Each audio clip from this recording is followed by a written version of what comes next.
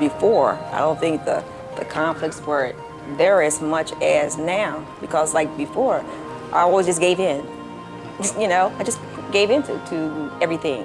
But now it says, hey, wait a minute, I have an opinion. You know, and I may bring that opinion up.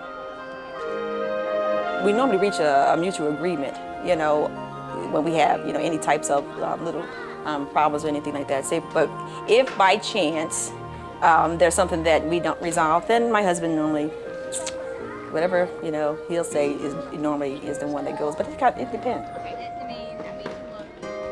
We agreed early on that when we discuss something and we cannot agree, that we would abide by my decision as the head of the household.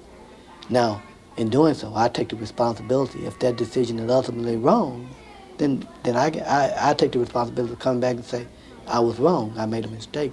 But ultimately, we talk about it and hopefully we can come to a middle ground. And 90% of the time we do. We come to what's a reasonable compromise between her opinion and my opinion. Now, I have to admit, there's been a few of those that I've been wrong, and she's been right. And she never says, I told you so. She simply says, okay, we won't do that again. And sometimes that makes you feel good, too. Even though I know in the back of my mind she's saying, I told you so, you know, but she never says it to me. Sometimes when she gets upset about something, she's not as willing to talk to me.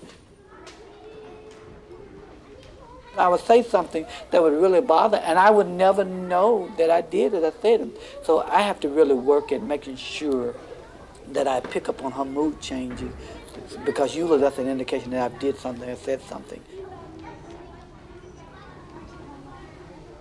I was very quiet, you know, very reserved, didn't have anything to say. I was too scared to talk back then, you know, but now, you know, it's kind of, you know, God has given me words and I can communicate now, when before I couldn't. And that's an adjustment, like my husband said, you know, for him.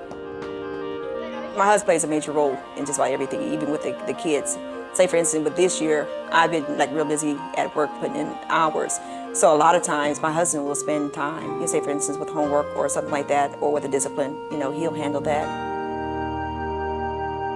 To me, sex was negative. So they had to be, you know, between me and my husband to allow that to grow. But even with that, we still had problems because of how I felt towards it. And then I used to think, you know, sex was still for married couples and not for those that were dating.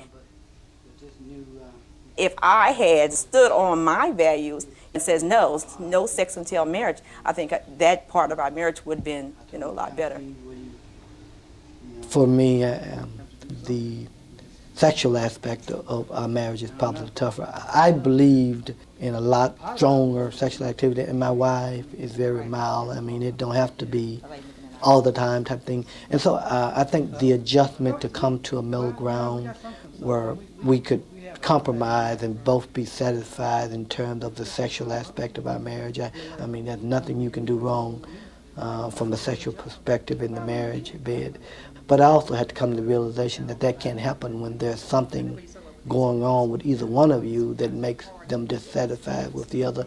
So it took a combination of learning what I could and could not do as it relates to her feelings, and then just an overall growth. I grew up a lot in that area. I mean, I used to just think it was just this way, but I come to the realization that there's a lot more involved. It ain't just sex. When you talk about love, there's a lot more involved, and therefore you have to look at a lot more things and take a lot more things into consideration and be very caring about the other individual.